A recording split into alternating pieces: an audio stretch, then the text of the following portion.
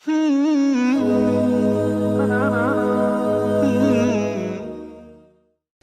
pelajar yang dirahmati Allah sekalian, seringkali kita membaca Al-Quran, tetapi adakah kita pernah terfikir, apakah makna Al-Quran?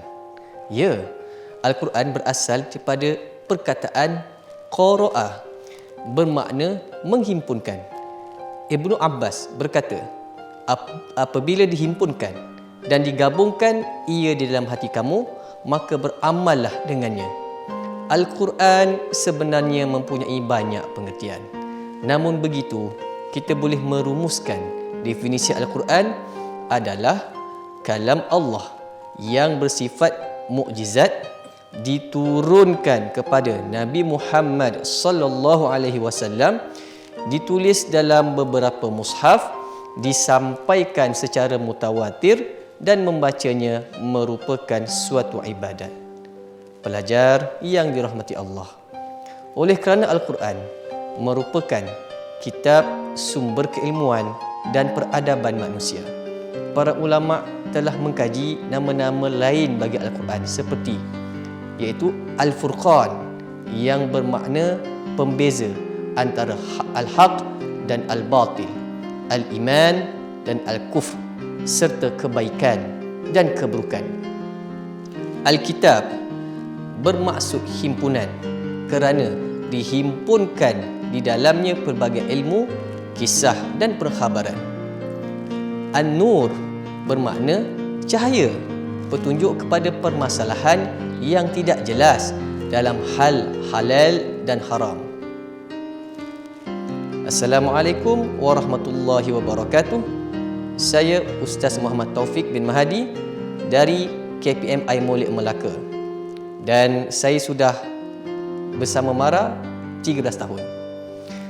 Di dalam video ini, kita akan membincangkan apa yang dimaksudkan dengan adab berinteraksi dengan Al-Quran. Yang dimaksudkan di sini bukanlah adab ketika membaca Al-Quran, akan tetapi yang dimaksudkan adalah apa tanggungjawab umat Islam terhadap Al-Quran. Al-Quran diturunkan kepada Nabi Muhammad sallallahu alaihi wasallam untuk panduan umat Islam sebagai kompas. Tanpanya kehidupan manusia boleh tersesat. Maka antara adab berinteraksi dengan Al-Quran adalah: pertama, qari hendaklah melibatkan diri dalam bacaan Al-Quran untuk tujuan mendapat keridaan Allah. Firman Allah Ta'ala, A'udzu billahi minasy syaithanir rajim.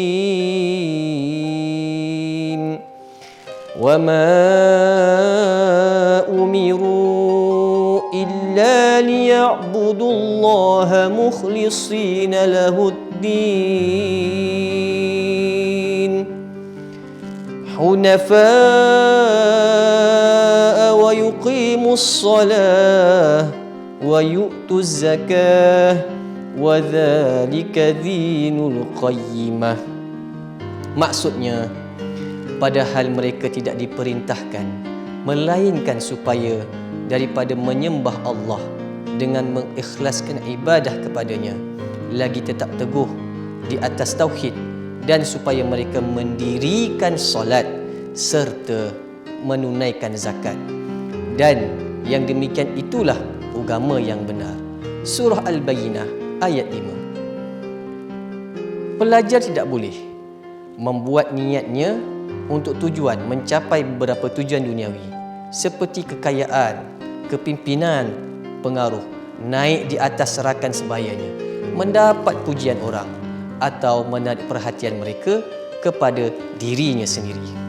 Kedua, menjaga tingkah laku dan peribadi qari dengan cara menghadap ke kiblat ketika membaca Al-Quran akan mencerminkan sifat-sifat yang baik dan terpuji yang patut diteladani dari Al-Quran. Ketiga, tempat di mana Al-Quran dibaca hendaklah suci dan bersih. Ulama menganjurkan membaca di masjid kerana ia menggabungkan kebersihan dan kemuliaan dan ia mencapai faedah lain, pengunduran rohani, iktikaf.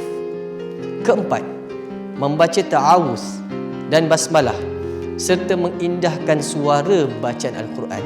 Contohnya, memulakan dengan memohon perlindungan, A'udzu billahi minasyaitonir rajim.